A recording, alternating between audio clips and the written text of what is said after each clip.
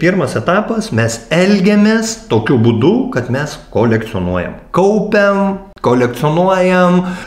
Kai mum vietoj to, kad kažką daryti, norisi žiūrėti sekantį filmuką, jo, net jeigu prieš tai sakė, žinok, reikia kažką daryti, ne?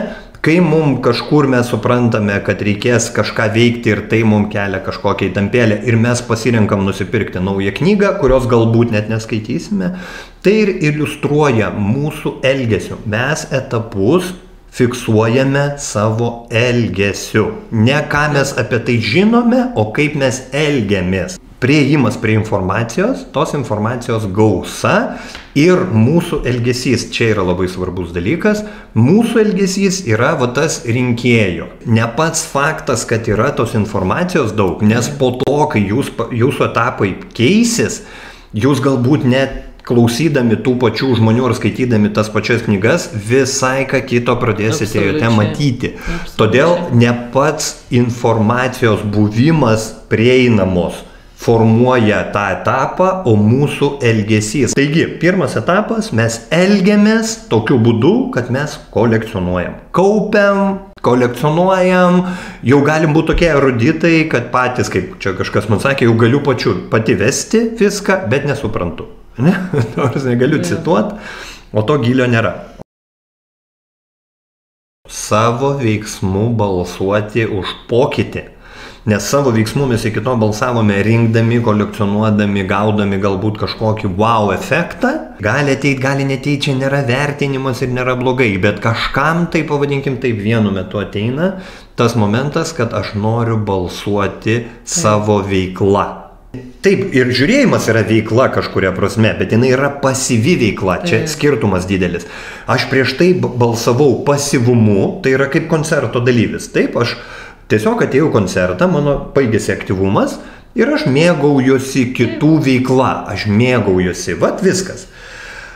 Žingsnis, kad aš noriu pradėti balsuoti savo aktyvumu, tai yra tas kelias į sekantį etapą. Tai vadinasi, kad kažkas tai ten praaugo. Primenu, mes balsuojame savo veiksmu.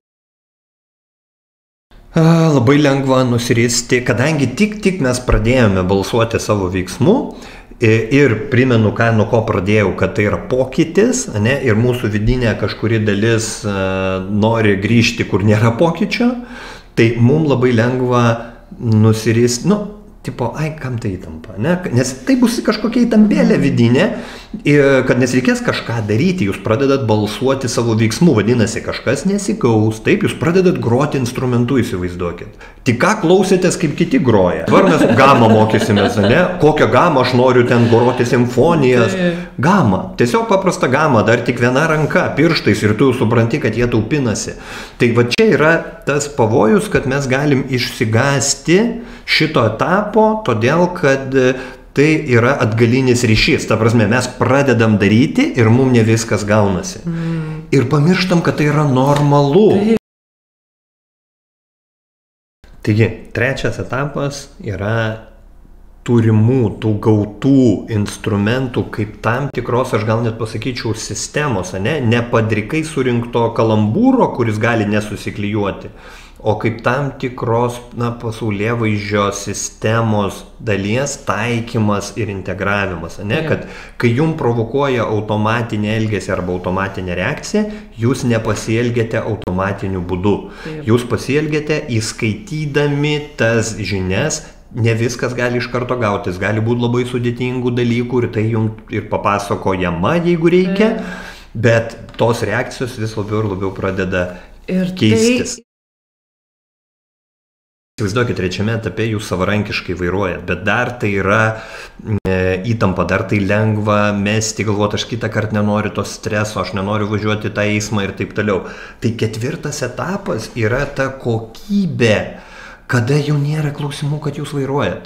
Jums nėra klausimų, netgi nėra klausimų, kad jums reikės keisti padangas, kad reikės prižiūrėti automobilį, kad reikės ten pilti kurą. Ketvirtas etapas yra kokybė, kad jūs šiaip esat vairuotojas ir jums atsiveria ūmai, va čia tokie uždėti prieš tai mokinimuose vairuoti, kad ai, pasirodo, aš mokiausi vairuoti ne dėl vairavimo pačio, o kad gyventi su ta kokybė.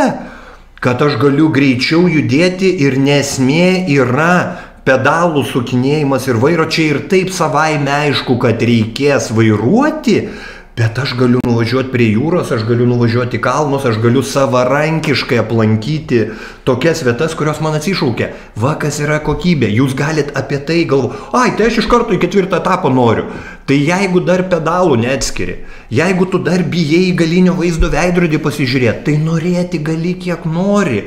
Veiksmais būsim prabalsavę, taip?